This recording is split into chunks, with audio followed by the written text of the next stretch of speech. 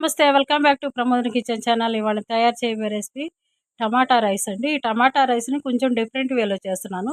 వీటికి కావాల్సిన పదార్థాలు: టమాటోస్ 3 తీసుకున్నాను, ఒక ఆనియన్ తీసుకొని చిన్న పీసెస్ కట్ చేసుకున్నాను, కరివేపాకు, పచ్చిమిర్చి, ఎండుమిర్చి వాటర్లో తడుపుకున్నాను, 3 అట్లాగా వాటర్ వేసి పెట్టుకున్నాను.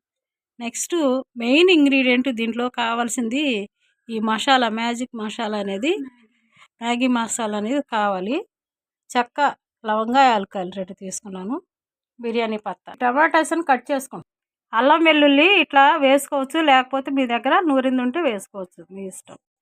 ఇప్పుడు ఆ టమాటాస్లో అల్లం వెల్లుల్లి వేసుకుంటున్నాను, పేస్ట్ చేసుకుంటాను. ఆయిల్ అనేది 100 గ్రామ్స్ తీసుకున్నాను. ఎందుకంటే ఆనియను, జీలకర్ర, బే లీఫ్, చెక్క, లవంగా, యాలక్కాయలు వేసుకొని వేయించుకోండి. సాల్ట్ 1/2 టేబుల్ స్పూన్, ఎండుమిర్చి, టమాటో ప్యూరీ వేసుకుందాం. ఇదిగోండి, ఈ విధంగా కలిపి పెట్టుకోవాలి. ఈ టమాటాల రసంలో ఉన్నటువంటి పచ్చిదనం అంతా పోయి దగ్గర పడే వరకు దీన్ని వేయించుకోవాలి. ఇప్పుడు మూత తీసుకుందాం. మసాలా వేసుకుందాం, మ్యాగీ మసాలా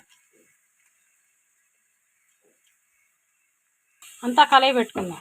ఎండుమిర్చి, పచ్చిమిర్చి వేసాం కాబట్టి, మసాలా కూడా వేసాం కాబట్టి కొంచెం 1/2 టేబుల్ స్పూన్ కారం వేసుకుందాం. ఇప్పుడు ఎసరు పోసుకుందాం అండి. 1-1.5 గ్లాసులు, 4 గ్లాసులు పోసుకున్నాము రైస్ అనేది. 6 గ్లాసులు వాటర్ పోసుకుందాం. ఇప్పుడు ఎసరు మరిగిన తర్వాత రైస్ వేసుకుందాం. ఇప్పుడు రిమైనింగ్ సాల్ట్ వేసుకుందాం, 1 టేబుల్ స్పూను.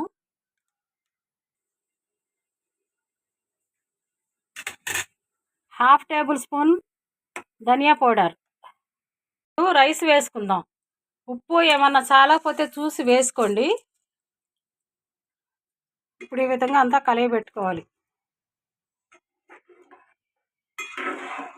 ఇప్పుడు కొత్తిమీర చల్లుకుందాం.